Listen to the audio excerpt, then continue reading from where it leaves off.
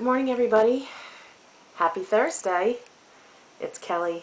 I am filling in on Thursday because I was away for the weekend in Maine, and I'm going to take a little note from Nisi while I do my talking for a little bit and show you some picture of the trip. Beautiful foliage. I also wanted to share some of the joy that last night my girls decided that they were going to cook dinner for the first time. I mean, really cook dinner. And it took a really long time. It was a great effort from them, though. And they made a huge mess of the kitchen. But I was really impressed with their efforts, and I appreciated it. So I am going to talk about choices. Choices and owning our choices and behaviors. I feel like I'm repetitive, but these are the reoccurring themes in my life. And just in listening to everybody and in being present and paying attention with what's going on around me and within me, it is constantly repeating and resonating, or I find myself repeating to others, that we all have choices.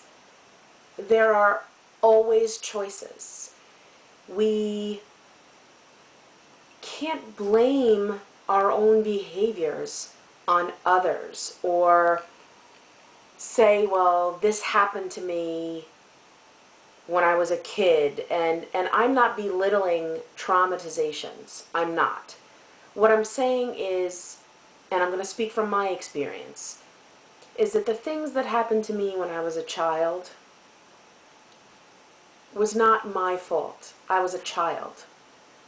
But as an adult, the choices that I make are my own. And I'm responsible for that behavior. And there's always a choice. Whether one stays in a situation or leaves, that's a choice. There's always a choice to be made. If you're unhappy in a situation, you can leave it. I'm not saying that that's an easy thing to do, but you can leave it. There's always a choice. So staying in a situation is a choice. And I'm just trying to reiterate to look in the mirror, look at ourselves, look at our choices. And I've said many a times, I think being honest with ourselves is one of the hardest things to do. And I'm really coming to terms with my choices, and I'm feeling pretty good about it. And I'm just finding myself fairly grounded. There's always a shift. I'm always learning and growing. But this group helps ground me and helps me stay in a place where I can get centered and come back to center when I get off kilt. You know, watching a video will help me often remind me to come back to center, because at the end of the day, my authentic self, my true self, is really all I have to be accountable to. And as long as I'm good with that, I'm at peace. I don't have to answer to anyone but my reflection. Now, do my decisions affect others? Of course, I'm a wife, I'm a mother, sure they do. But at the end of the day, the opinion that matters most is my own. And coming to terms with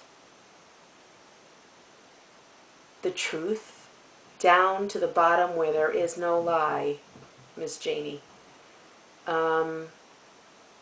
that's what I'm talking about. I'm talking about owning my behavior. owning my choices and realizing everything is a choice. We have a choice in all that we do. To stay, to go, up, down, change jobs, stay in the job. I could say a plethora of examples, but you all know what I'm talking about. And I'm just encouraging you not just to look at the choices that you're making, but to dig deep, and